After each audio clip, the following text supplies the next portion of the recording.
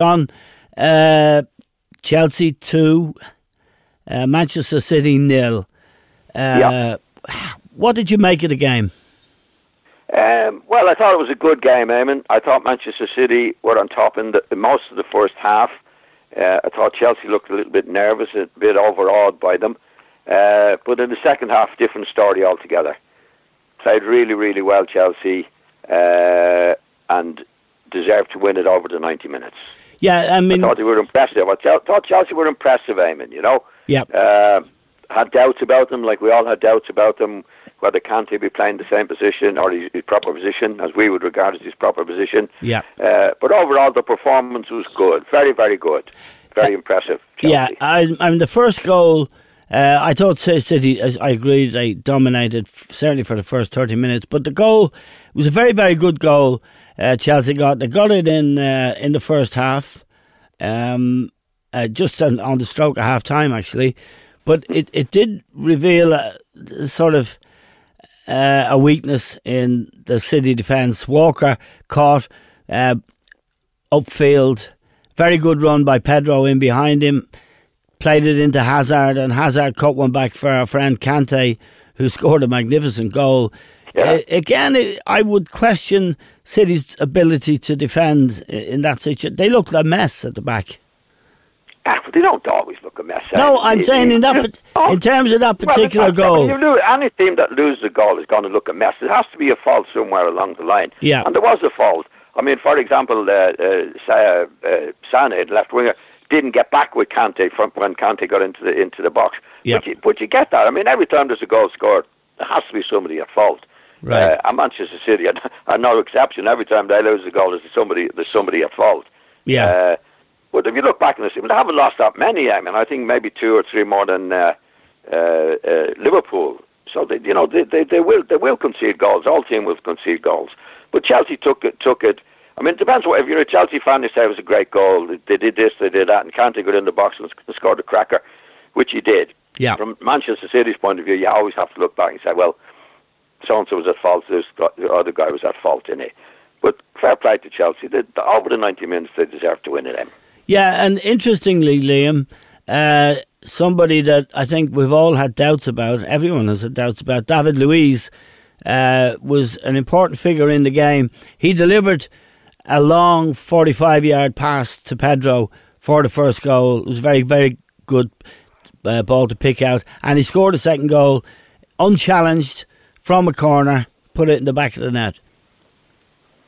Yeah, well, he had a nightmare of a match against Spurs recently at Wembley. He did, yeah. He was all over the place, and you wondered whether, they have Cahill there, and they have the other lad, Christensen, the Dane. But Sarri stuck with Luiz, and, he repaid him for his faith in him by his performance there on Saturday. He was getting his head to everything. He was clearing everything. He was taking up good positions in the box. And he's always had a bit of swagger about him where he can hit passes and maybe score free kicks and so forth. And he's a very popular player. I wouldn't say he's the most reliable player. I think that showed at Wembley a week or so ago.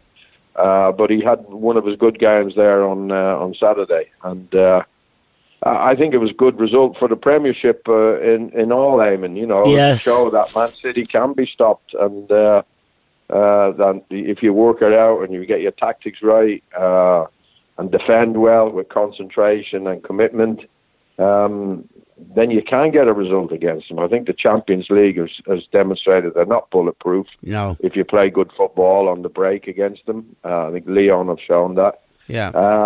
And it's good for the Premiership because it's closed everybody up, and I was well pleased with the result. I think we were talking on Thursday or Friday, and we were saying, could Chelsea do it? We all agreed they could. So I hope you didn't lose any money. We tipped it up, Eamon. Yeah, no, I didn't lose any money, and as a Liverpool fan, I was very pleased. Just to go back to the second goal, John, corner kick by Hazard. Luiz goes forward, completely unchallenged in the box, back of the net. Looking at I must say that was a terrific header. I mean, I'm not saying he shouldn't be marked, but it was a terrific header from Luiz to get it. Of course, he shouldn't be marked in the box. Like no team should or no player should be left unmarked in the box. Right. Yeah, he slipped up in there. There's no doubt. Okay. But it was a great header. It was a terrific header from Luiz. Okay. Terrific header. The question about Manchester City I've had all along, and still have, is their back four and their ability to defend. Walker, Stones, Laporte and Delph. Delph is a converted midfield player, played for Aston Villa. Good lad, good pro I'd say, and a tough lad too. But it's not exactly a bulletproof defence. And Fernandinho, I thought, was very poor on Saturday. You talking to me, Eamon? Yes. Oh, sorry. Well, you're Manchester City's representative on earth, so I thought I'd talk to you. Well, I'm not. No, that's a bit silly. But there's no team bulletproof. I mean, who's bulletproof? You know, Liverpool lose goals. They all lose goals. Manchester City have lost. Apart from Liverpool, they've conceded less goals than anybody else this season. And indeed, last season their defensive record was excellent. So there's no team bulletproof. But there, you're picking on a day. I mean, if you keep doing it, you're going to get it right someday. Right. I mean, okay. Let me rephrase the question for both of you, and in a sensible way. Most of the time, City are like killing these teams, like Cardiff. They go to Bournemouth, Cardiff, Leicester, West Ham. They actually mullet them, kill them. There's only a few sides that can conceivably stay with City. Liverpool, of course, being obviously one. Chelsea being another. Maybe Spurs on a good day. And it is good, as Liam said, that, you know, that there is opposition. But people have been talking about them, you know, opening up a huge gap and doing what they did last year, walking away with the league. I just don't think they're that good. Well, first of all, a lot of people are going to say that, but who are these people? I mean, if you come on with Liam and myself, have we ever said that? No. When we're talking about football, that City are going to walk away. In fact, since the start of the season and Liverpool improved, I have said, and I'm sure, and I think Liam has said it, that there's one team that can really do them this season, and that's Liverpool. They'll be the nearest to them. Yeah. And that's proven to be the case. But if you look at the record this year, I think they hammered Spurs a couple of weeks ago, Eamon. I think the top teams they drew at Liverpool. So they haven't been just hammering. They haven't been hammering all the lesser teams, all right. But they've done their stuff against the top teams as well. Yeah. And you're bound to get glitches along the way. There's no team going to be running away with it every year in and year out. I mean, it's a big competition this year because Liverpool are really doing their stuff.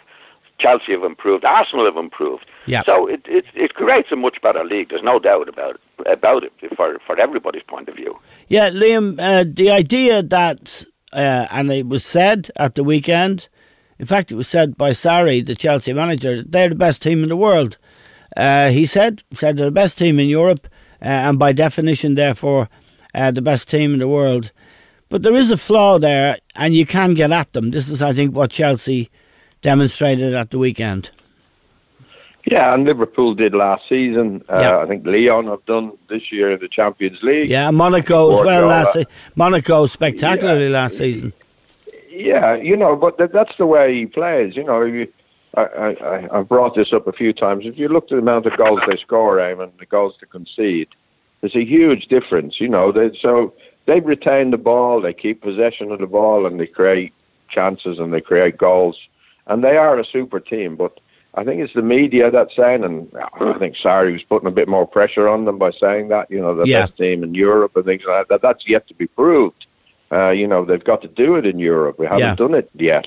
So, you know, they are a very, very good side, but to be talking about them like they're world beaters and that's what I mean, John, when I said, you know, they're not bulletproof. I think if you play good passing, attacking football against them on the break, they can be vulnerable. Like any team, they can be vulnerable. You know, so again, I'd say I was pleased with the result because it closes things up. It gives other teams belief against them. But they are an extraordinary team, Eamon. But before we go and say that what the media has gone down the road of saying that this wonderful super team.